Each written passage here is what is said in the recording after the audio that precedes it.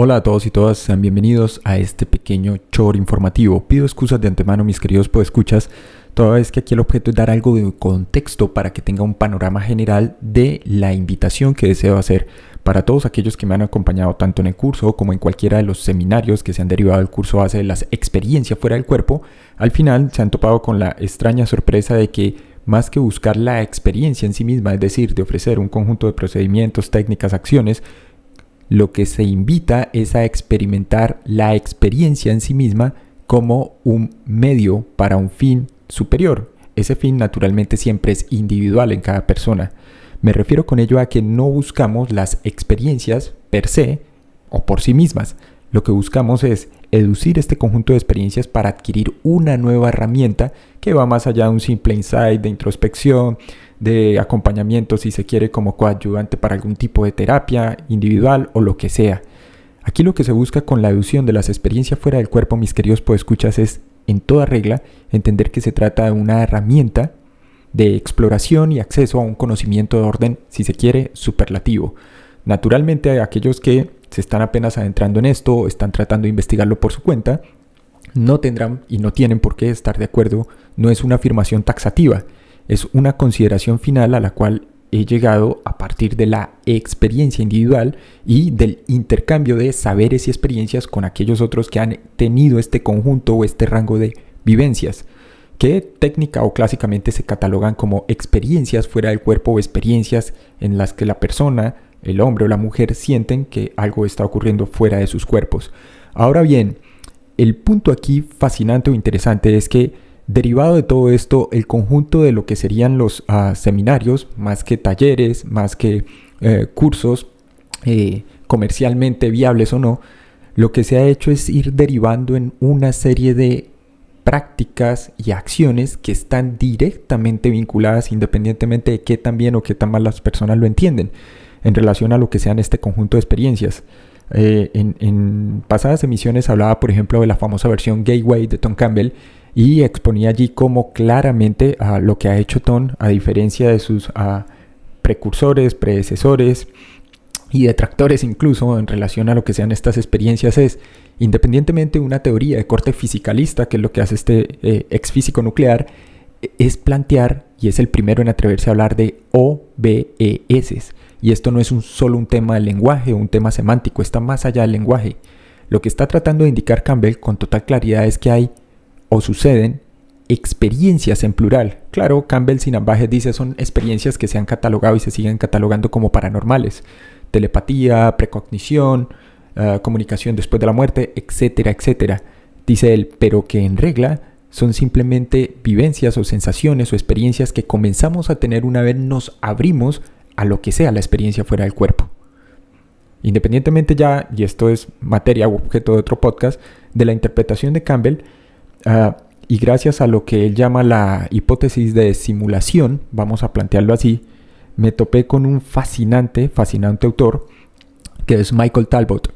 Talbot, un escritor norteamericano e investigador, escribió un texto en 1991 titulado El universo holográfico. Algunos de ustedes lo conocerán, otros no.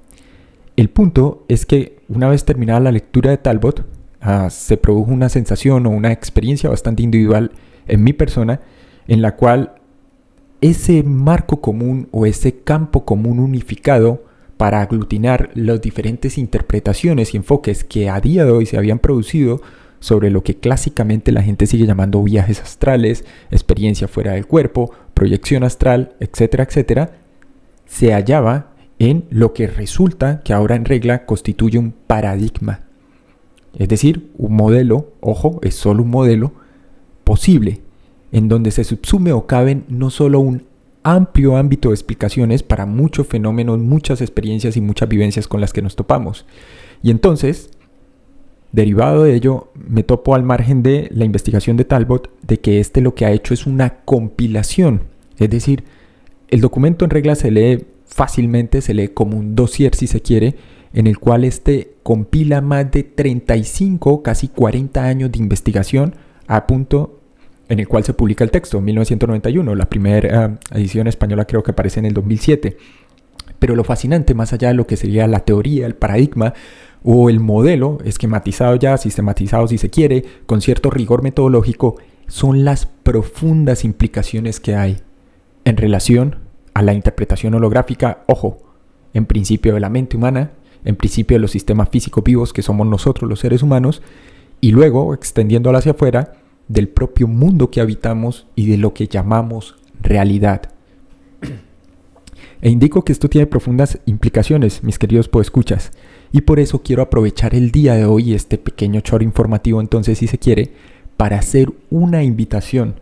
Sé que no es lo habitual, pido excusas de antemano a aquellos colegas, amigos, a quienes les mando un saludo, Nicolás, Iván, Juan, Dimar, desde luego David en México, David en España, también obviamente a Valeria en Argentina, al doctor Marcelo Sklarowski, pero quiero que entiendan que aquí lo que vamos a hacer, como siempre se ha hecho para aquellos que ya me conocen parcialmente, es colocar sobre la mesa un conjunto de nuevas herramientas, en las cuales esta vez no se va a pedir que tratemos de inducir, por ejemplo, una experiencia fuera del cuerpo, que tratemos de inducir un estado precognitivo, sino de probar aspectos básicos que no tienen que ver con una suerte de pensamiento mágico.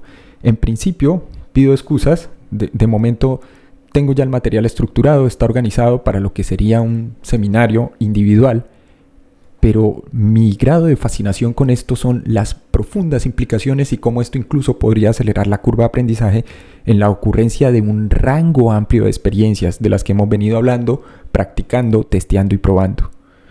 En regla, esto podría sonar básicamente a un curso de milagros y, ojo, aclaro, no estoy hablando del texto publicado por la psicóloga médica Helen Schuckman, no tiene nada que ver con el texto de la profesora asociada de Psicología Médica en el Colegio de Médicos y Cirujanos de la Universidad de Columbia del Hospital Presbiteriano de Nueva York. Y es curioso que sea una psicóloga médica la que termina escribiendo, según ella, a través de una suerte, vamos a llamarle canalización si se quiere, un texto donde una voz, según su propia autora, Helen, le dice, mira, aquí hay un curso. Hay razones de tipo antropológico, social, cultural, psicológico, incluso teológico, por el cual pareciera ser que hay una fuerte carga sincrética o una connotación peyorativa derivada de la nueva era en relación a dicho curso. Y de hecho hay expresiones, artículos desarrollados por instituciones católicas, instituciones cristianas, instituciones de corte teísta, en relación a por qué no les gusta el concepto de milagros. Es simplemente porque no se adecúa al propio. Y porque hay dos elementos, curiosamente, de orden filosófico. Uno es el carácter panteísta de lo que Helen introdujo como milagro. Y dos, y de cómo operaba y cómo ocurría en lo que llamamos realidad. Y de otro lado, al margen del pensamiento nueva era la base idealista que estaba presente y que se vinculaba con una especie de panpsiquismo. Así es, mis queridos podescuchas. Para aquellos que han escuchado con atención el podcast durante los últimos 8 o 9 meses, se habrán dado cuenta que hay un común denominador, al margen del interludio que se hizo recién hace un día en relación a realidad virtual versus, inteligencia artificial versus inteligencia humana. Pero aquí el punto y lo curioso es que el concepto de milagros está muy vinculado entonces con las ideas de energías en plural, magias en plural y todas estas consideraciones, ojo, que a priori tienen la mayoría de personas. Es evidente que todos los seres humanos vivimos de profundos e inquietos anhelos, pero más que los anhelos o aquellas cosas que deseamos y que necesitamos, se trata del hecho de aspectos concretos de nuestra vida cotidiana que a veces deseamos, o más bien vamos a decirlo, anhelamos cambiar o modificar. El punto es que no sabemos precisamente muy bien cómo o de qué forma hacerlo, operativo, de actualizarlo en nuestra vida cotidiana. Entonces, entiendo básicamente, digamos, la gran acogida, la gran recepción de un lado de la sociedad que tuvo este texto de Helen Schuckman. Lamentablemente, como en todo, se crea luego una organización que lleva el nombre de esta escritora y psicóloga norteamericana. Pero lo curioso, al margen de lo que hacen y de cómo promueven los cursos, etcétera, etcétera, es el hecho de que en la base de dicho curso se sigue hablando entonces, que parece ser algo común en la conversación cotidiana de las personas que se acercan a todos estos temas o a toda esta fenomenología, y es el de manifestación. Cuando volví y revisé de nuevo el libro de Michael Talbot del universo holográfico, me di cuenta que había llegado justamente y por otra vía a las mismas conclusiones que la escritora y periodista norteamericana Lynn McTaggart. McTaggart tiene un texto también de la década de los 90 que tuvo varias reimpresiones y reediciones que se titula El experimento de la intención. Y tal como Talbot, esta presenta un conjunto de vivencias, experiencias y, lo más importante, experimentos sólidos, individuales, colectivos, grupales, sociales, llevados a cabo tanto y dentro como fuera de laboratorios, que aportan una evidencia abrumadora, si se quiere, y avasalladora en relación a qué es realmente eso que la gente insistentemente llama manifestar, vinculado a la magia, vinculado a la interpretación de la gente de que todo en el universo es energías o todo en el universo es mente. Por eso digo, creo que esto es lo que disgusta a un sector de la sociedad. Vamos a plantearlo en términos institucionales, científicos, académicos, y del otro lado en términos de instituciones religiosas. Simplemente no hay una alineación con el sistema de creencias individual en cada caso, para cada una de estas instituciones. Pero de base, lo que se esconde aquí es una profunda comprensión de la realidad subyacente. Recordé entonces que habían demasiadas similitudes tanto en el trabajo pionero de McTaggart, el experimento de la intención, porque habla es del pensamiento como energía primaria, y entonces aquí retrocedemos al punto en el cual autores como Frank Keppel, autores como Robert Monroe, Robert Peterson, Ryan Tasker se topan con, vamos a llamarlo, así suene molesto, una realidad inmanente. Pero llegan a esta comprensión justamente a partir de las experiencias fuera del cuerpo y, claro, cada uno con sus interpretaciones individuales. Hay dos formas entonces, mis queridos podescuchas, de abordar este tema. Llámesele manifestación, llámesele milagros. Una sería tratando de hacer un proceso de racionalización, operacionalización de distintas variables, y en regla tendríamos lo que se conoce como capacidad adjudicativa, capacidad de juicio individual, pero el problema es que eso representa un límite. Hay un límite para el pensamiento humano actual, en relación a aquellas cosas que está dispuesto a admitir y aquellas que no. Y de otra parte, entonces, sería a través ya no de un proceso meramente racional, sino de un proceso que es derivado de un conjunto de experiencias individuales, que en este caso vamos a llamar experiencias extracorpóreas, donde la persona, sin su marco de referencia presente, que es el cuerpo, el cráneo y el cerebro, es una forma de decirlo, adquiere un conjunto de datos, información y conocimiento que simplemente no puede ser enmarcado, encauzado dentro de los límites convencionales. Es cierto que hay orígenes ancestrales acerca de esta noción de la manifestación.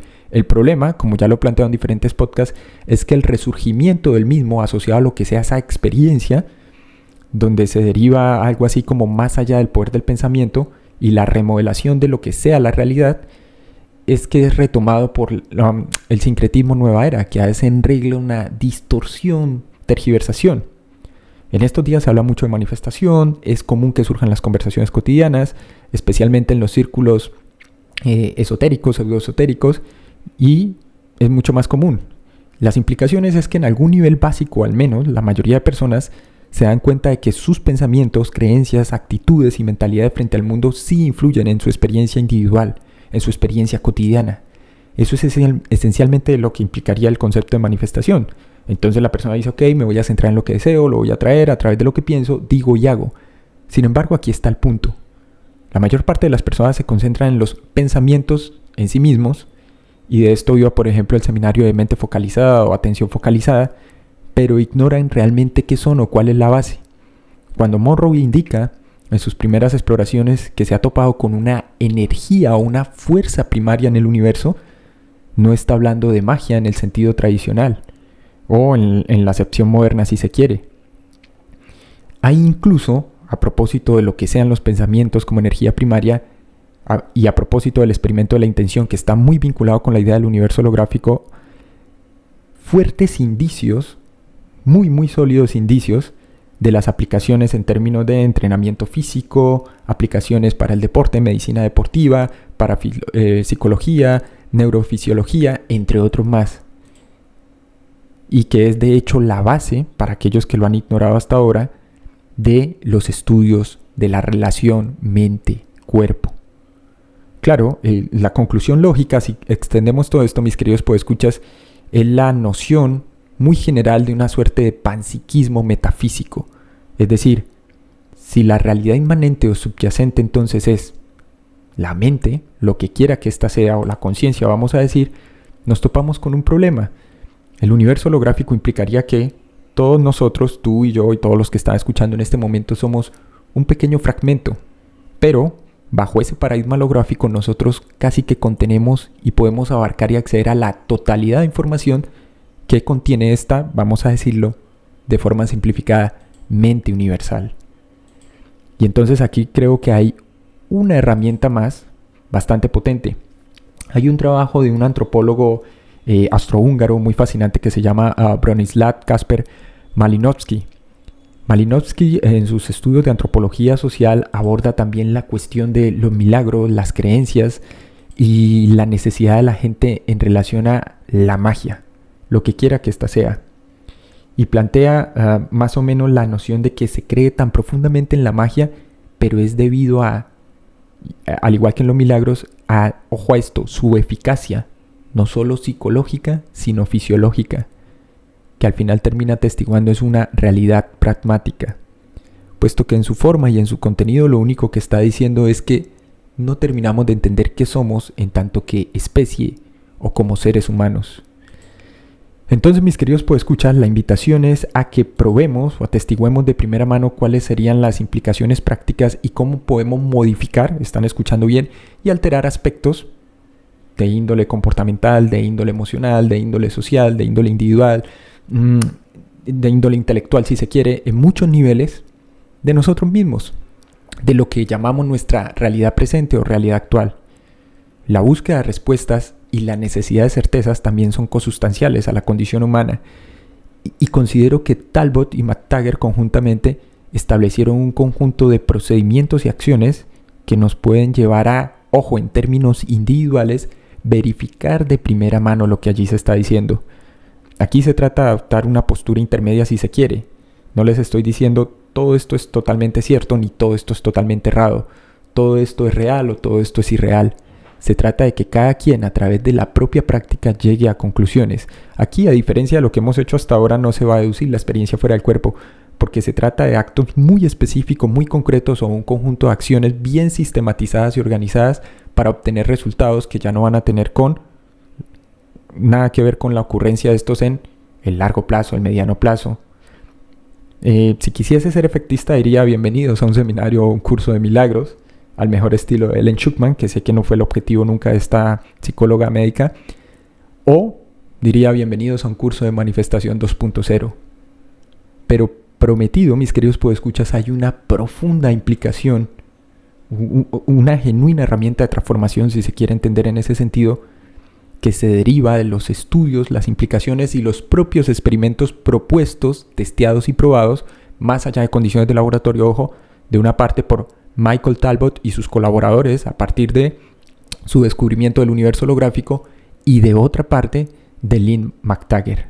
Ahora, para aquellos que afirman tener, vamos a llamarle una interpretación racional si se quiere y escéptica de las cosas, hay una carga de prueba no anecdótica ya, no de autoinformes, no basada en supuestos o creencias, sino un poco más sólida y sistemática si se quiere. Ejemplo, Ervin Lalow, filósofo de la ciencia, teorista integral y teórico de sistemas, muy al estilo de Ludwig von Bartholomä de la teoría general de sistemas, tiene dos textos que empatan perfectamente tanto con el universo holográfico del 91 de Talbot como del otro lado con los trabajos de Lynn McTaggart.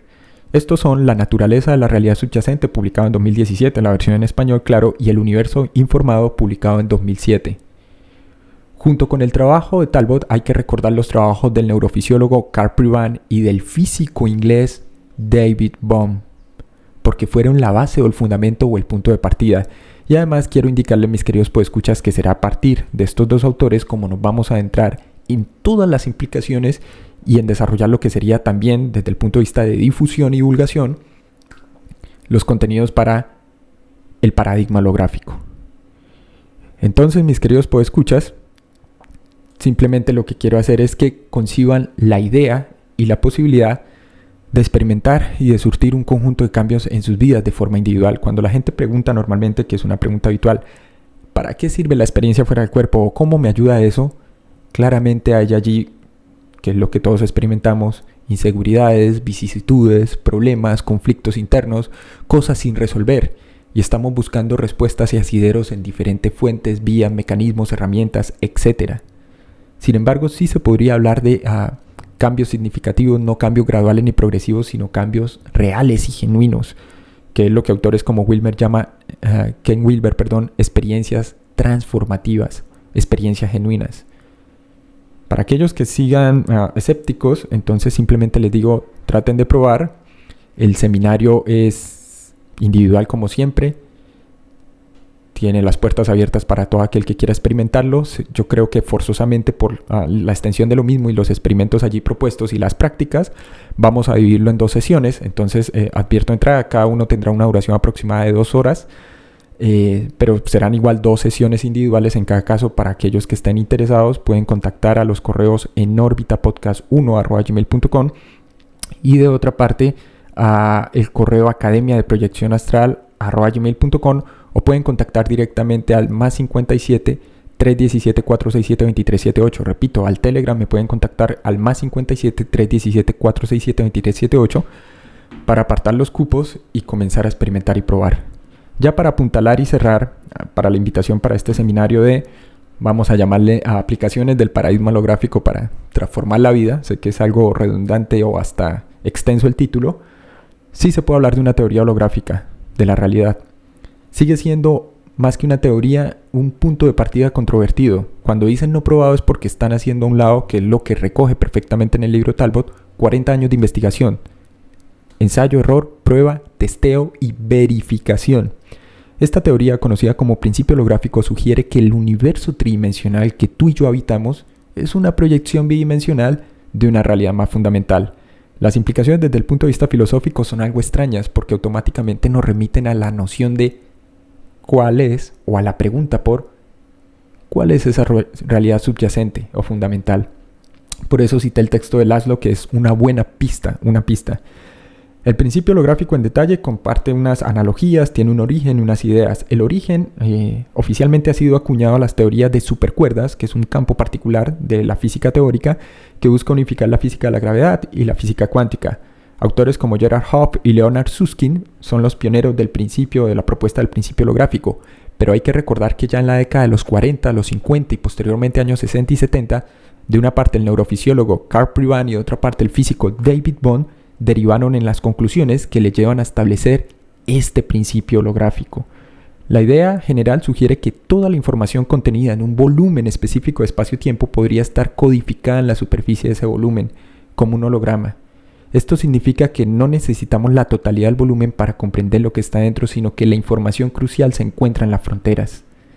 ¿Cuáles son las implicaciones desde el punto de vista social, cultural, individual, religioso, académico, institucional? Si esta teoría es correcta, mis queridos podescuchas, esto no solo revoluciona nuestra comprensión de la realidad, del espacio y el tiempo, de la gravedad, de las estructuras sociales, sino de qué y quiénes somos realmente. Espero que haya sido del agrado de todos ustedes. Los invito de manera muy generosa a participar de este seminario. Dicho de forma simplificada, si lo quieren ver como un seminario de milagros o manifestación, da igual. Pero los invito a probar de primera mano esta experiencia. Gracias por escuchar. Disculpen la extensión de este choro entre comillas y nos veremos en una próxima emisión.